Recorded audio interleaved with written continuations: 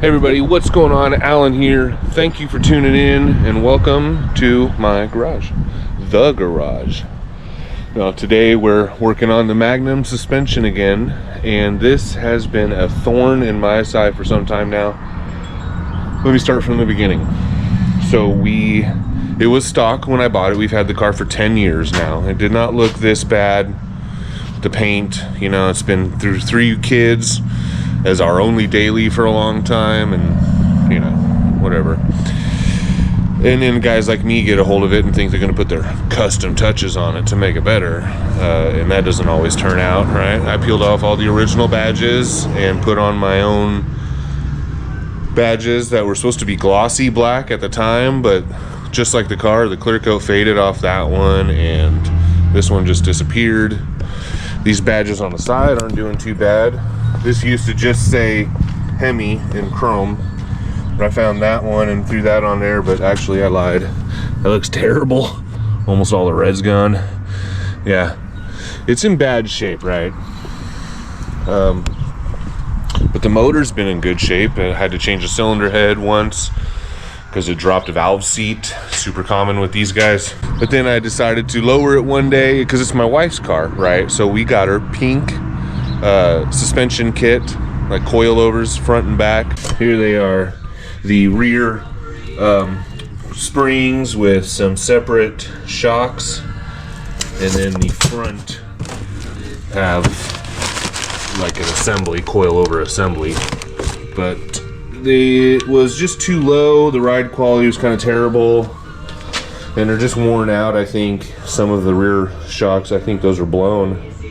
There's some wetness. But anyway, I just wanted to go back to stock.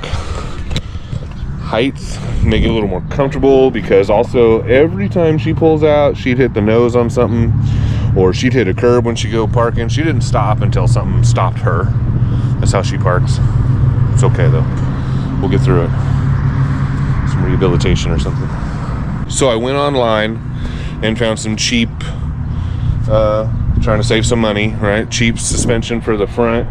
I did go in town and get Duralast springs for the back and some shocks. And I got it all together. The springs were like 2 coils too large, if you've seen that video, and I was just chalked it up to the old springs being collapsed. Like, well, maybe they compressed that much over its lifetime.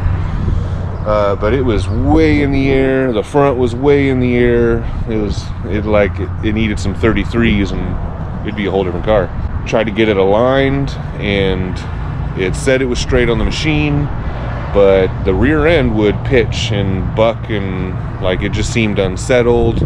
Yeah, I just didn't want to stay in a straight line, because what I had done too also is got a bunch of adjustable control arms for the rear, all red, right? Because they got to be red. So the guy that aligned it at the shop is supposed to know what he's doing. He's supposed to have 20 or 30 years experience or something, but it wasn't safe. And then when you had like the kids in the back and made a squat, it got even worse, and it was almost just scary to drive. Wasn't okay. So he's like, I don't know, maybe it's just too tall. It's like, it was really stiff. Those springs I put in there, coil springs, were way too stiff. So I started over. I got some KYBs for the front, and that lowered it a little bit, and it seems to be a little smoother, but the alignment's all out of whack now because I got different struts in there. And then I went and got the original springs. I still have them from before I put the pink stuff in there. So I put those back in there, but now it's like a little too low, right? And then of course it's all out of whack again. So I got some bushings. That's what these are. Now we're finally getting to the point of the story. We're going to try to throw some fresh spring insulators, front, top and bottom, to bring this back up just a little bit to match the front. Then hopefully it'll look a little better. Then we can get it aligned. I think I'm just going to try to do my own alignment here. I already paid for it once, but first, while I'm getting this stuff apart, I'm going to take the spring and shock out and just try to cycle the suspension to see if anything weird is happening. So let's get it in the air. Well, I should note that I was just out front talking to the neighbor, and looking back, I realized this passenger side sags a lot more than the driver, so I took some measurements. And this back one is a 1/2 inch lower at the bottom of the fender, the wheel well opening, than that side. And then the front is about 3/8 lower on this side than it is on that side. Actually, it's 9/16. It's more than a 1/2 inch. That's right. And then 3/8 in the front. So it's more dramatic in the rear. This corner is just dipped way down, and I don't think my driveway is crooked enough to make that happen. I think it's pretty flat, but we'll see what we can see when we pull the springs and shocks out, if this side's like way more collapsed on that side or not. Okay, I've got one side all apart, the shock and the spring taken out and the insulators, and I did notice a thing. It's pretty bad. This arm here, this is one of the fully adjustable ones. It's way too short for how I got it sitting right now. Right now the suspension is relaxed. It's like sitting where it wants to sit as far as alignment and all that. If I cycle the suspension here, we can see it's gonna sit right about there where this control arm is level. And it's sitting fine. You know, it doesn't really want to go this way. Even if I pull it all the way this way to the front, this arm down here, the one I showed you, is still like an inch short, which means it was pulled so far forward where it didn't want to be. This bolt was twisted. Also, it was because these arms aren't adjustable and they stay the same, or this arm isn't, and it stays the same. And this is where this arm was. He had it twisted also, so it's pulled this way and twisted, and the other side is just the same. So that's got to be, hopefully that's why it felt like it was bound up and pitching and yawing all over the place when you hit a pothole, because it was bound up. So I'm thinking if we just make that arm longer, then everything will be copacetic. And also too, you know, the spring perches are lined up now too with this way, when before it was the bottom arm was twisted and pulled forward and the spring was touching this arm. It's not supposed to be like that. So, you know, I don't want to blame, it's not the shop's fault, it's a national chain. You know, it all comes down to the guy. You're supposed to have experience. That's why you take it to a shop like that. I got 20 years experience, or 30 years, whatever he said, 20 or 30, either way. I don't see how he didn't think of this, you know? And he's test drove it too, and he says he doesn't feel what I feel. That's just people copping out so they don't have to fix a problem they don't know how to fix. Well, it's going to be extra money, you want me to dig into it. What do you mean dig into it? You got to do what is supposed to be done to make it aligned. That's what he told me. He wanted me to pay for more hours, $100 an hour. That doesn't make any sense. Okay, I've got the other side out, and the springs are exactly the same. So it does not matter which goes back in which side. The isolators, on the other hand, those are pretty collapsed compared to the new ones. So we'll get some fresh in there. Maybe that'll raise it up probably less than an inch, honestly. But I'm also wondering if these lower control arms were kind of twisted forward, if bringing them back out might also gain me some height. I also have the passenger side all fixed up, and I got everything measured out, and bolts are just kind of loose in place right now to make maneuvering easy. But like I said, everything's measured out to be the same on both sides, on these three arms at least. Those are the only adjustable arms. So we'll put the spring pockets in, the spring isolators in. That one's nice. This one, on the other hand, There's no locating notch for this top one, but it's going to be pretty much opposite of the bottom. Might have to just line it up, put it on the spring first, maybe.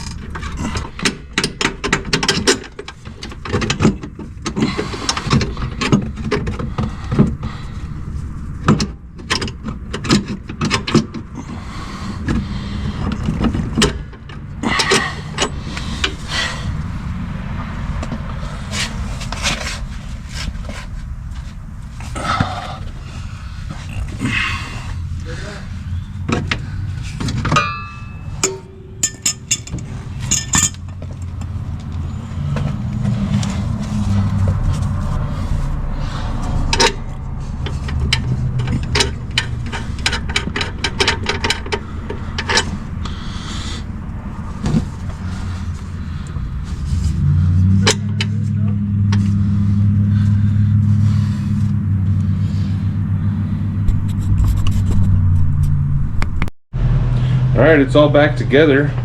As you can see, it's going to need another alignment. This back wheel's a little poking out. And this side doesn't really poke out as much, but it does still a little bit. You can see before, we couldn't even get my hand in there, look back. But then I decided to lower it one day. Now you've got like 3 inches and it looks way better. I did roll it back and forth. I didn't go driving off the curb or nothing yet, but I'm pretty sure that's where it is. Now I just got to get it up on the ramps, tighten everything down, and go get it aligned again. Okay, so here's my thoughts. I've got it supported right here where it lifted the tire up perfectly off of the ramp without compressing or decompressing the suspension there, so I think I'm close enough, I'm good enough here to make some adjustments. Now this one was way towed out, I guess, if we're talking about the front, and also had a little bit of camber in. Now we can't just go and twist on this to push it out because it's fastened here, like in 2 spots, right? And that 3rd arm down below, 4th pivot point right here on the lower control arm, so that's not going anywhere. Right? And then also this red arm should not be adjustable, in my opinion. I'm not a pro, but I feel like this shouldn't be adjusted once it's installed. You adjust it to get the alignment right for the lower control arm so it's 90 degrees to that bushing, but after that it stays. You shouldn't be adjusting that lower arm for alignment purposes once, you know, when it's on the rack or whatever.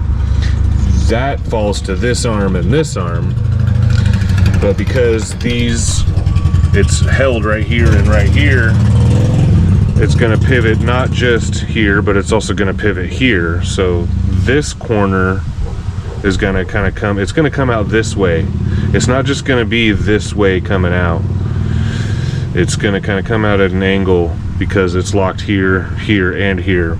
So you got to remove this bolt so it can do that. And then after you've got the toe where you want it, then you adjust the length of this to match, lock it in place. That's the idea anyway. What I don't know or understand, either way, is if all these arms currently are measured to the same length, because I did measure them all the same length from pivot point to pivot point, counted the threads, I mean, I double checked. All these arms are the same length compared to the other side. Why is this side so far out of whack? And the other side's not as out of whack. You know, I don't know. But then again, if I could use all the same length control arms, I would be using the originals. I wouldn't need adjustable control arms. We wouldn't be here. So, but here we are. thing is, I got no idea how much I need to move this out. We'll turn it a little bit. Wow, that's moving it quite a bit. Just a couple turns, moving it quite a bit. All I can do is put the tire back on and eyeball it. And this, something else I wanted you guys to look at too, is that these are a little crooked in their bore, but as I just started pushing this out, these start to line up better. Or this bushing starts to line up better inside the arm.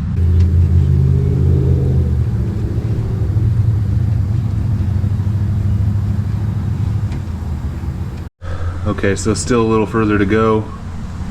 If we eyeball, it's hard to show on camera, but when the two halves of the front tire meet up, right as this front half of the back tire meets up, but you can still see a lot of rim of the back tire, so we need like all four edges to line up at once. It's the best I got.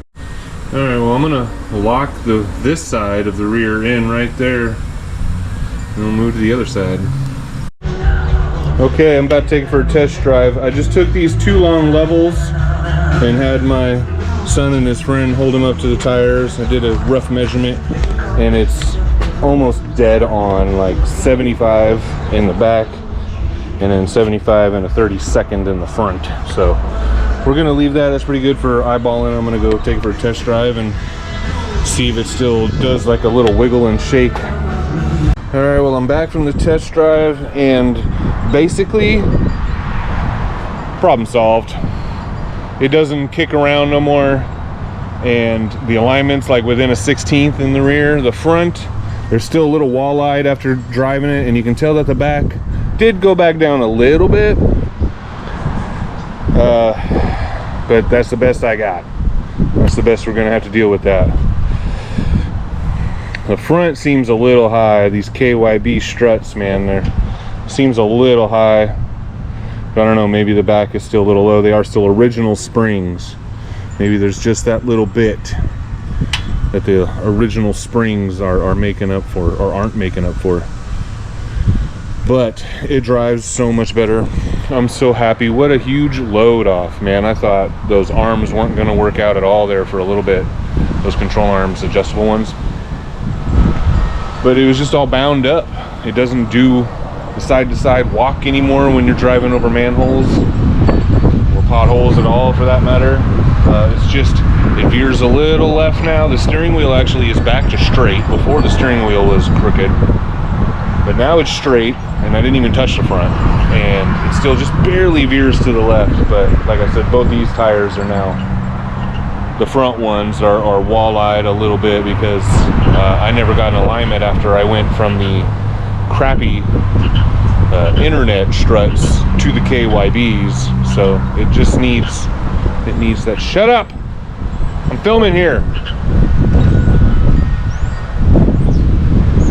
Well, that's gonna do it for this video, guys. I appreciate you watching and hanging in there this whole time. Please give a thumbs up, please like and subscribe, hit the bell, all that good stuff. If you